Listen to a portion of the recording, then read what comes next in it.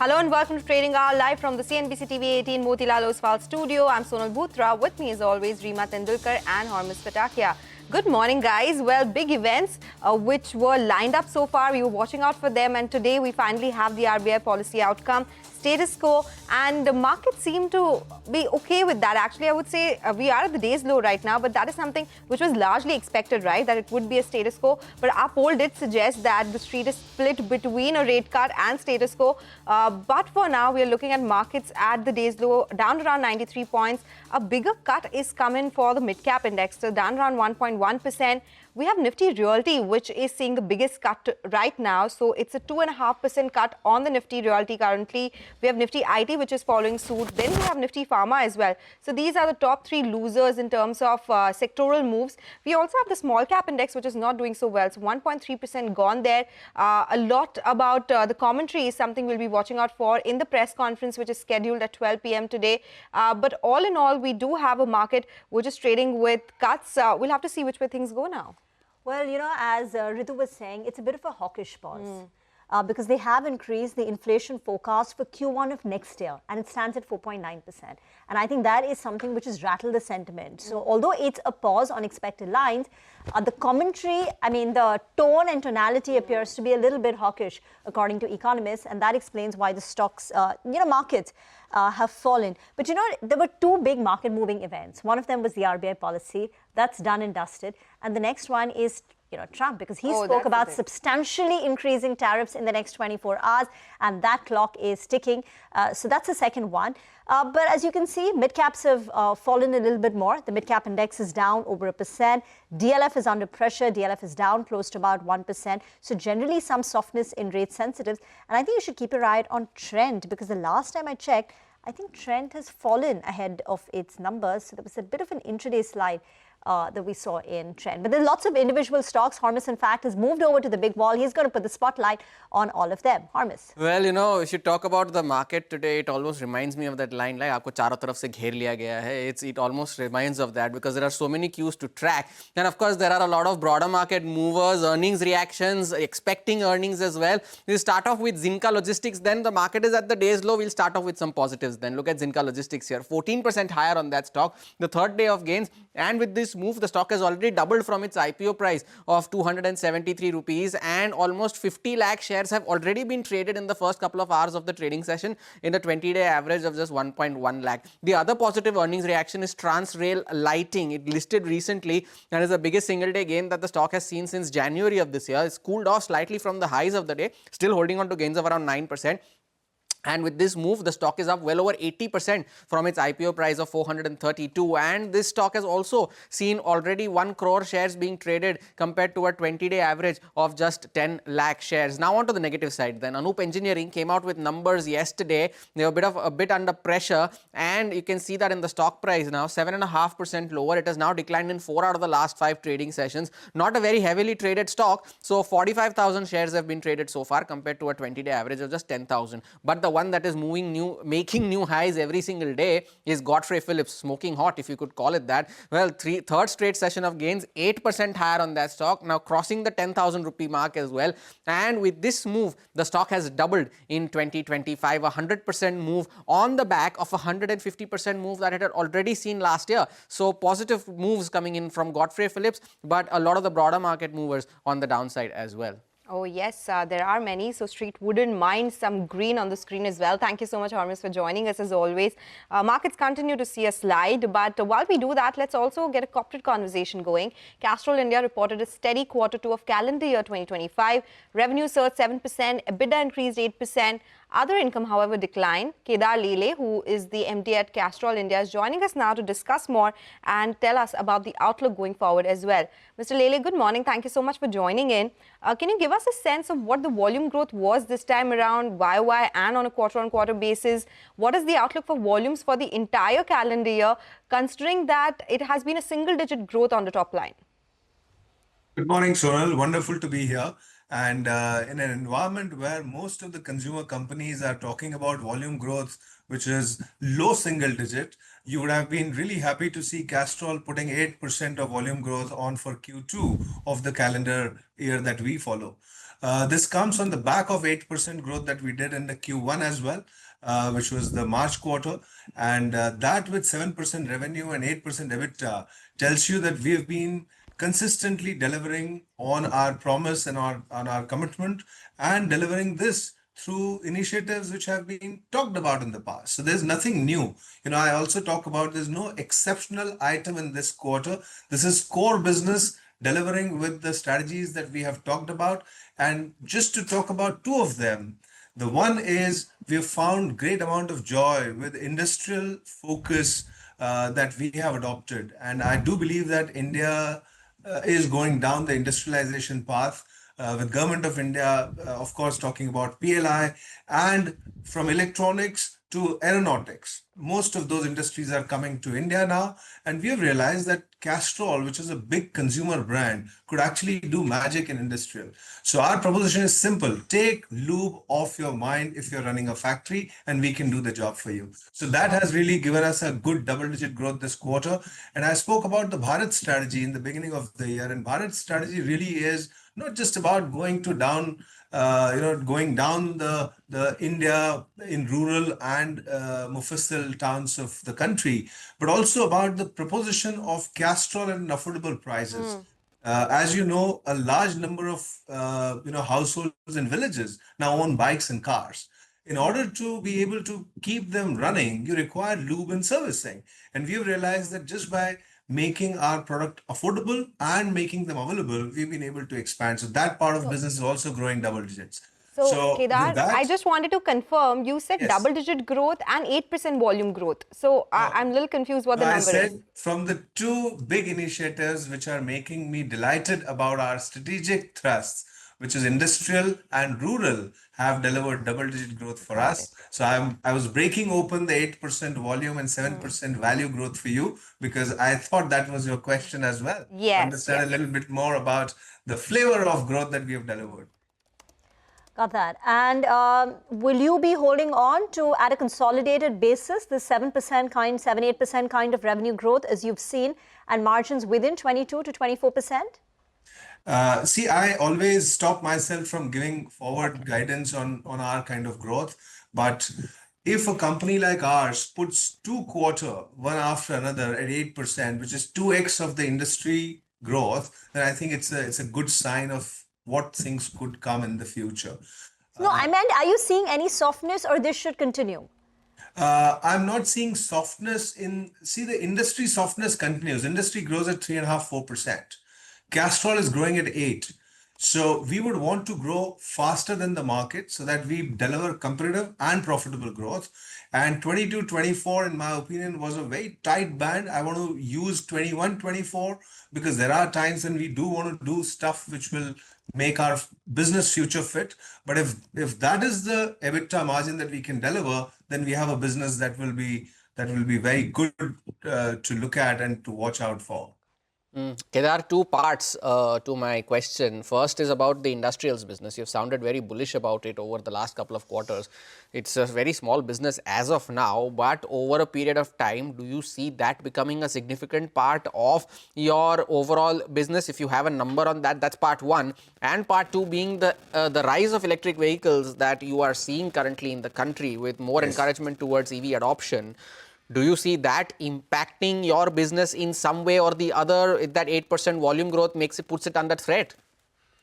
Great point, Hormuz. Good to see you again. The first thing is industrial. Am I excited about it? Of course I am. Because with industrial growth coming in, Swarnim Kal has been talked about, and we have not played to our strength with our portfolio on the industrial side of the business. And that's something that we've always had. In Europe and the USA, we have had good, large industrial business. And it's a very large range of products, not just lube, but metalworking fluids, general industrial oil, high sols, alusols, solubles, and stuff like that. So if you're running any kind of industry, Castrol could make your life easier. And that's been the proposition. It's working well.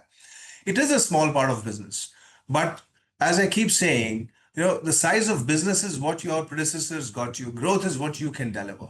And that part of the business, as it delivers double-digit growth, if it delivers 2x of the growth of the business, then I think we are in a good shape. Industrial takes time. It's a slow burn. You have to work with customers who are engaged with other suppliers or partners for 2 to 3 years, and you work with them, land your value proposition, land your quality products, and then you get those customers. So, for example, our chemical management service, where we take lube off your mind, has been there, but we have not been talking about it in the past. So, in this quarter, we've been able to get 3 new customers there. And if that expands, surely it will become a big part of our business and growth in the time to come. Coming to EVs, see, let me not deride any of this, because EVs is the future of mobility, and we all know it. But the month of August, some of the EV makers may not be able to run their factories for shortfall of magnets that we all know about. For next 10 years, India's mobility will be driven by more fuel efficient vehicles in two-wheelers and passenger cars, and the combination of hydrogen and hybrid vehicles for larger vehicles. So EV revolution is upon us, but it will take time for India to get there. We will. And of course, Castrol is also looking at EV fluids. So that is something that analysts and the street is watching out for, the growth in that segment. Kedar, always a pleasure speaking with you. Thank you so much for joining us today with the outlook for Castrol in the calendar year and times to come as well. Time for a short break now. On the other side, we bring you excerpts of our conversation with NSDL as the company has made a steady D-Street debut. Stay tuned for that.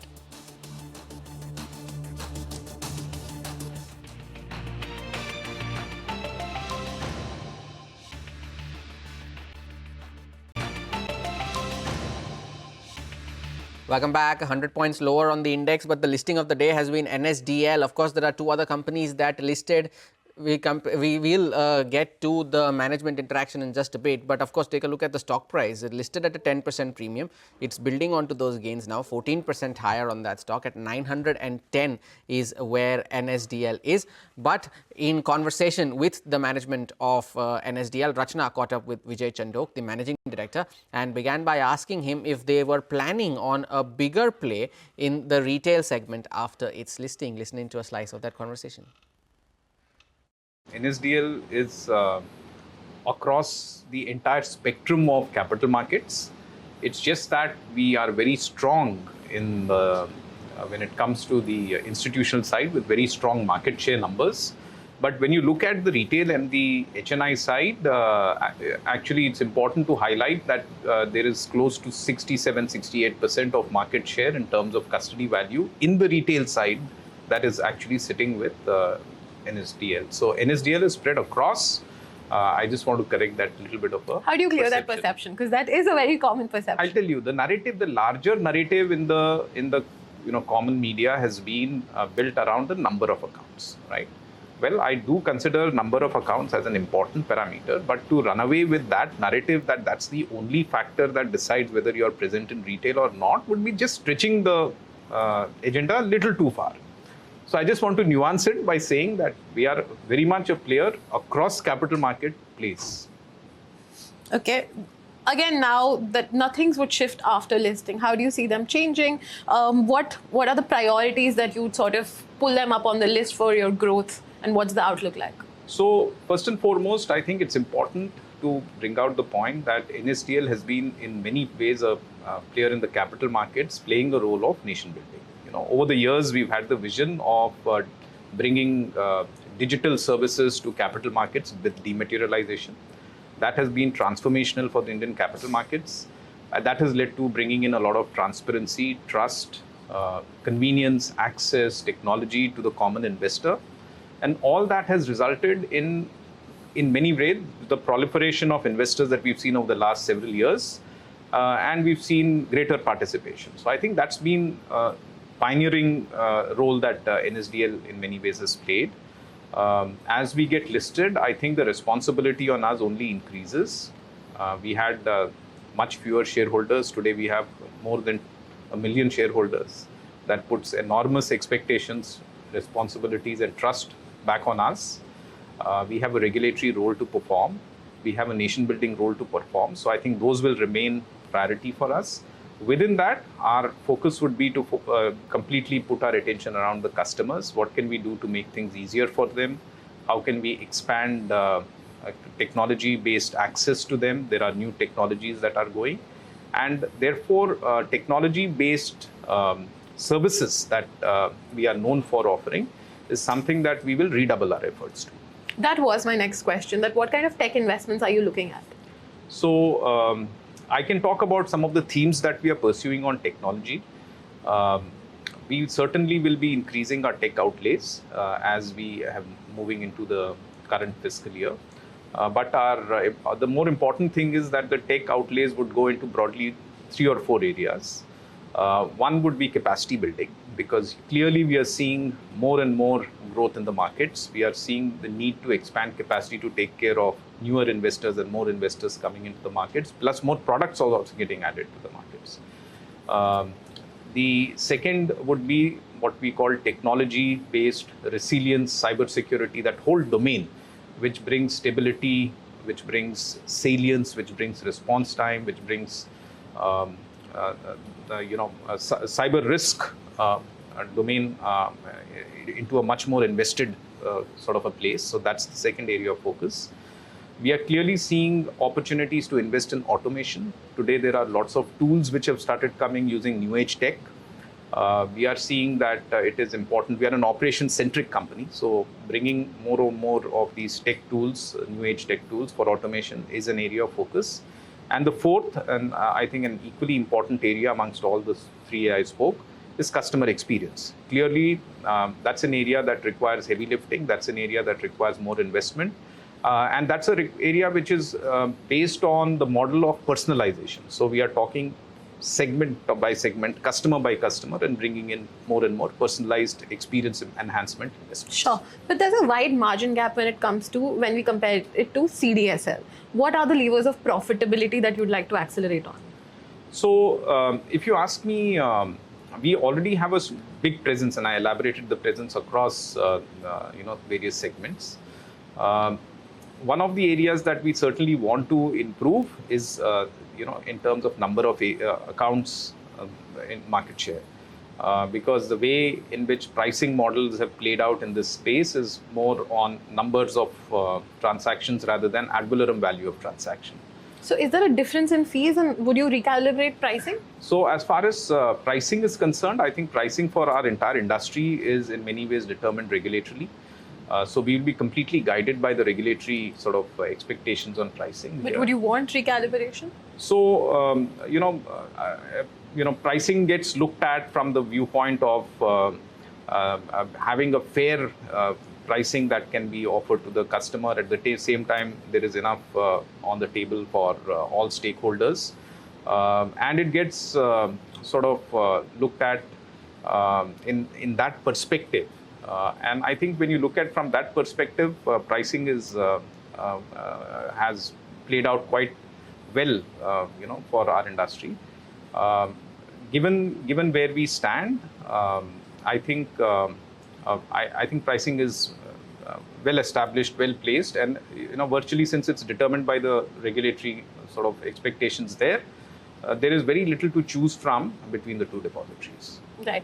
You took us through the tech investments and the growth levers, but if you could take us through the subsidiaries and what's the kind of revenue you're trying to bring home from subsidiaries? Well, the way I look at subsidiaries is, number one, the subsidiaries are plays on inclusion. Both of them are plays on digitalization India. And I see both these areas as themes which offer immense opportunities. It is really for us to identify within these two themes of inclusion, financial inclusion, and themes of digitization, the opportunities which the banks, along with their boards and their respective management teams and CEOs, have been doing very assiduously, and they have managed to make both of them profitable companies. You would probably appreciate that digital companies have a long gestation period, and there's a lot of investment phase. I think we are clearly done with that phase. We are generating profit. As we move forward into time, our focus on identifying capital market plays with our both subsidiaries, which have a digital color and flavor to it, is going to be an area of focus. We believe that these are good growth engines. That's the big listing of the day. NSDL at 911 versus issue price of 800. Get into a break. On the other side, we'll talk markets. Devina Mehra from First Global will join in.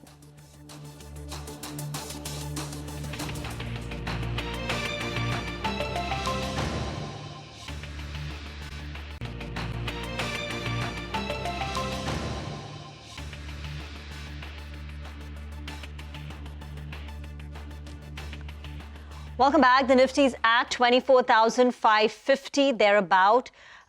We've pretty much breached yesterday's intraday low. One level to watch will be the 1st August intraday swing low of 24,535. We're about 20 points away from that level. Let's see whether we can defend that. For now, it's 100 points gone on the Nifty, sensex down 200 points. But let me invite on the show Devina Mehra from First Global. She joins in to talk about the markets and where we're headed. Devina, thank you very much for joining in. This is Rima here. Markets are juggling so many signals, from the escalating tariff threats to earnings, now the RBI policy. Your thoughts on the markets, its positioning right now, and where we're headed? I think a lot of it, in the moment, we make a lot out of every news flow, but we who have been in the markets for decades have seen much go on. There've been everything from the plague to COVID to wars and every year. So this, for me, it's like whatever, 30, 31 years.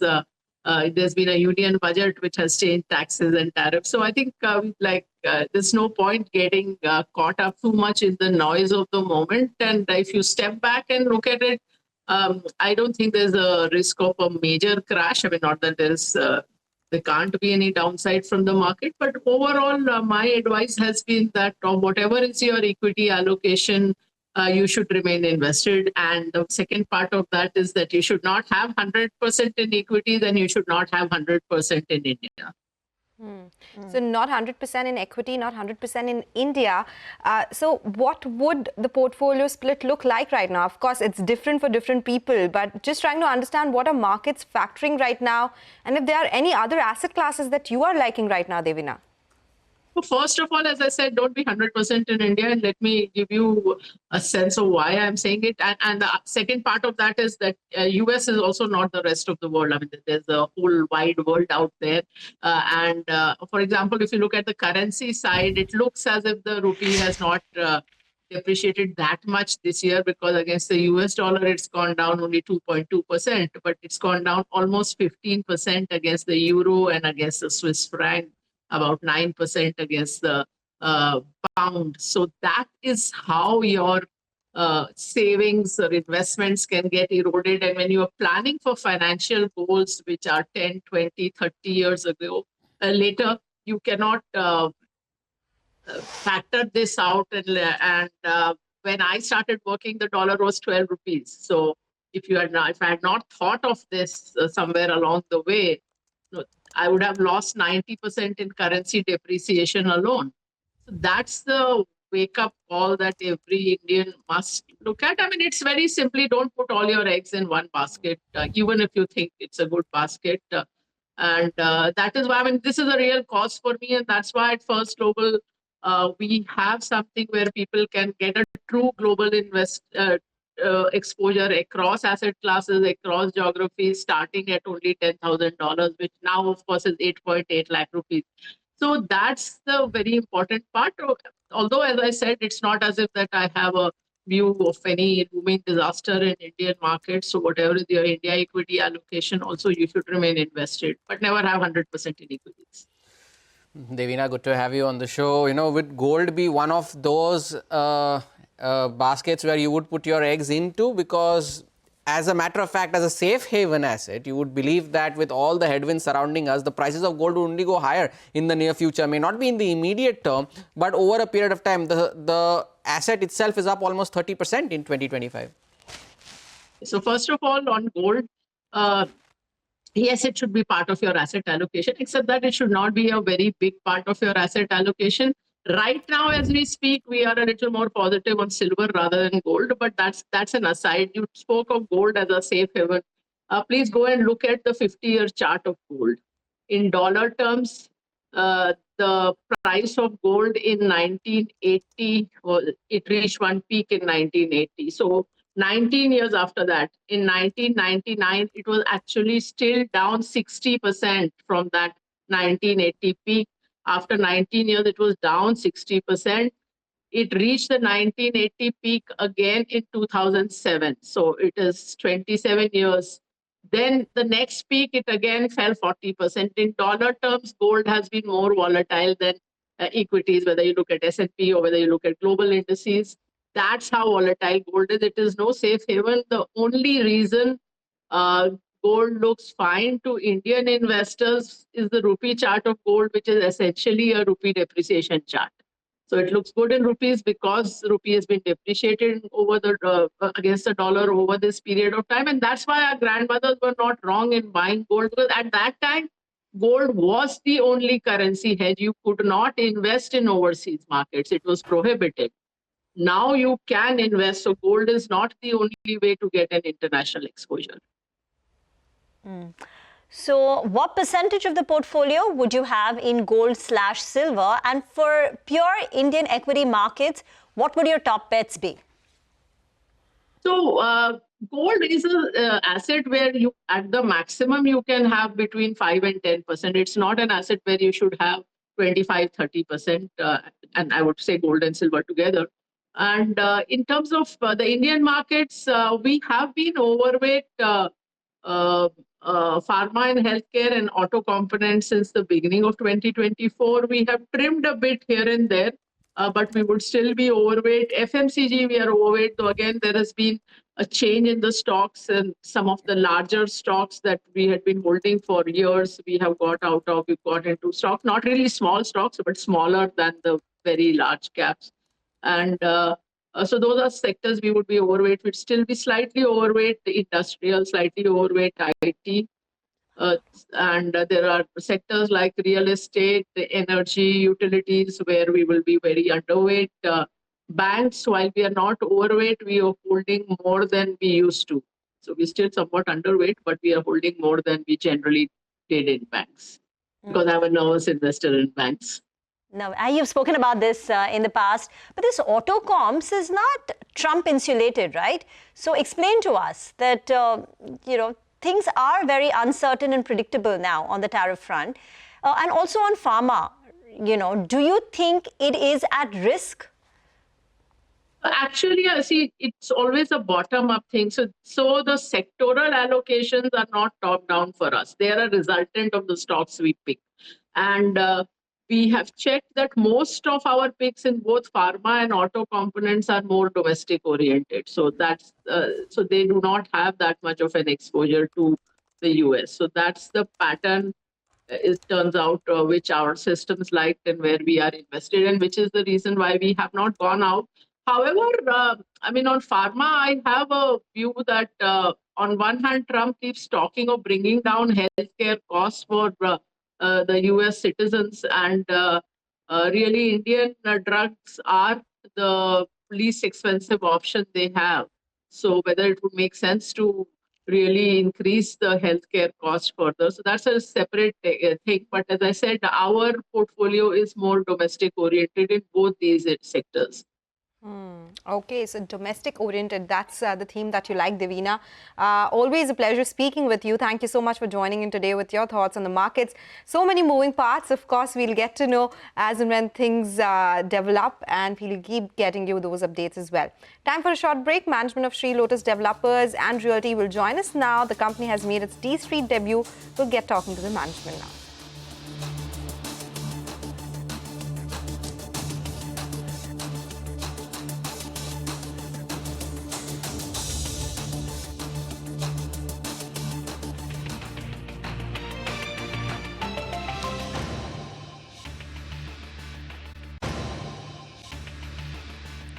Welcome back. You're still tuned into Trading Hour. Sri Lotus Developers made a good debut on the bourses. The stock listed at a 19% premium versus its issue price. Anand Pandit, who is the chairman and MD at the company, is joining us now to discuss more. Mr. Pandit, good morning. Thank you so much for joining in. Well, it's been a good debut for the company and for the stock on the exchanges. Now that you are listed, let's talk about your plans going forward as well. 93% of your portfolio is from redevelopment of luxury projects. Last time we spoke, you said you have 5 ongoing projects, 11 upcoming. Can you give us a sense of by when will they be executed? What kind of revenue potential do they have? By when you will be able to account for them? First of all, thank you for having me on this show.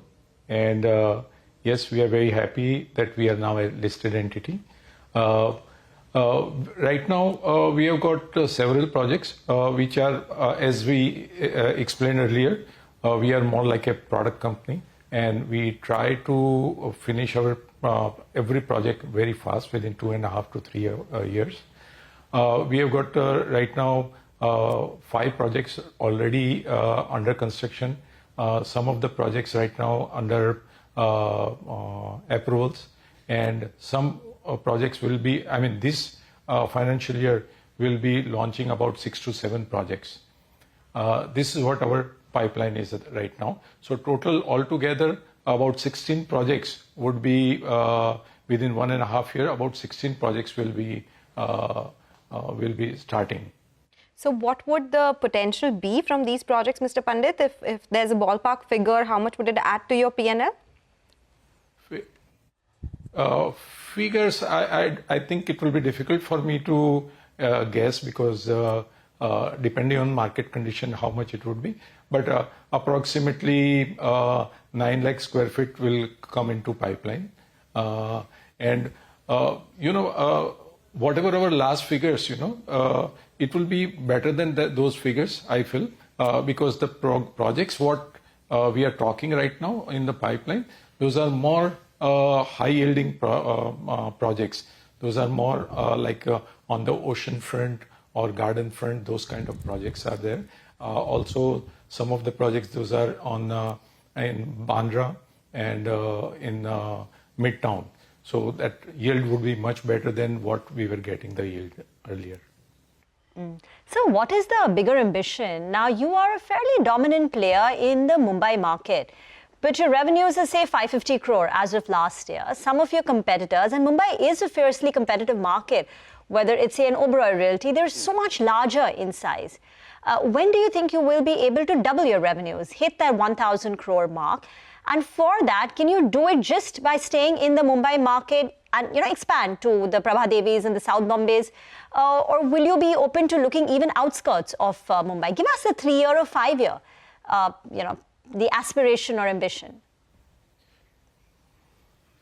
So right now, as you know, Mumbai is a huge market. And according to one report, there are 30,000 society or buildings are about to go for redevelopment. So if you consider even just one area, that's maybe Versova or Andheri or Juhu or Bandra, it has got, even just one suburb has got a huge potential. So I feel for another 5 years, we have got tremendous potential in the micro markets where we are already working. But we are very much open to open up the new micro markets. But all those micro markets, we are looking at a much higher per square feet revenue. And maybe after some time, maybe 5 years, 7 years, yes, we'll be open to go to any of the other areas also. But we'll be always in the ultra luxury market. So depending on the micro market, depending on the project, we'll take a decision. So focus will remain on luxury and no plans of going into either mid-tier or affordable housing, Mr. Pandit, if I heard that correctly. Absolutely correct. We want to be on the top of the pyramid. That space is getting bigger and bigger, and everyone wants to move above in the pyramid, from mass market to premium to aspirational, aspiration to luxury, luxury to ultra luxury. So our market, ultra luxury, is becoming bigger and bigger. That 500 crore now that you have earmarked for either joint development agreements or for development management projects, are there deals that are already in the pipeline? Have you signed some already, or would you be now starting to look for them now that you are a listed entity? No, all these projects which we have, the part of DRHP, are already signed on different levels. So this is not contemplating. Of course, we are in talks with new projects. That's like a usual business on an everyday basis. We are in talks with different societies for redevelopment. Okay. Last question before we let you go, Mr. Pandit. Can you give us a sense of what the cash in your books will be used for? You, of course, have plans to invest it in one of your subsidiary, the funds that are raised, with 300 crore rupees in fixed deposit. Any more expansion plans that will happen in this year itself, or you, for now, will be using just the IPO proceeds? So right now, IPO proceed would be towards 3 projects. One is in Juhu, one is in Bandra, one is in Warsaw's beach front. So IPO proceed would be used for that, upward of about 500 crore rupees. But yes, what you said is correct. We are looking for huge expansion this year. Okay. Thank you, sir, for joining in. Wish you all the very best. That's Sri Lotus Developers Realty. Good debut on the Lal Street. Get into a break. We'll focus on commodity markets. Manisha Gupta joins in on the other side.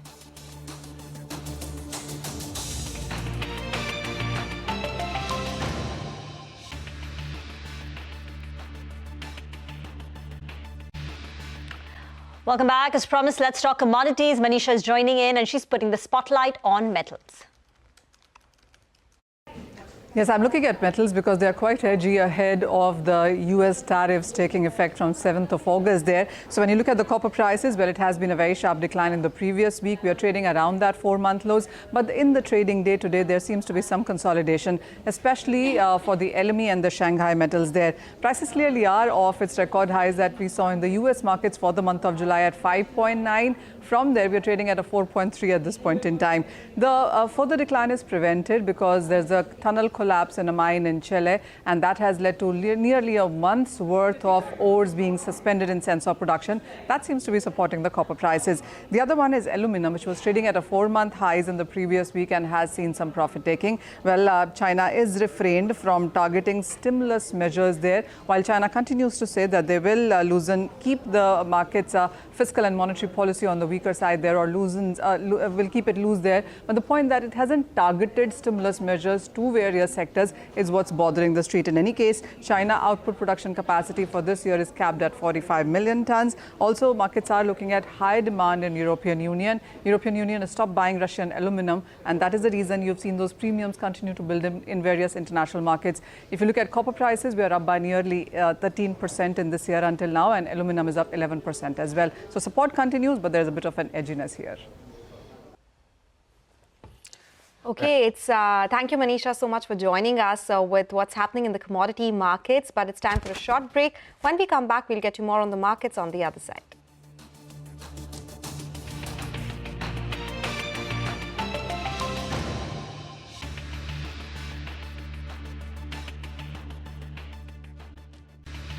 Welcome back. Some recovery from the lows of the day. Good time to get in Sudarshan to tell you what the FNO data is poising you for. Sudarshan, what's the data indicating right now?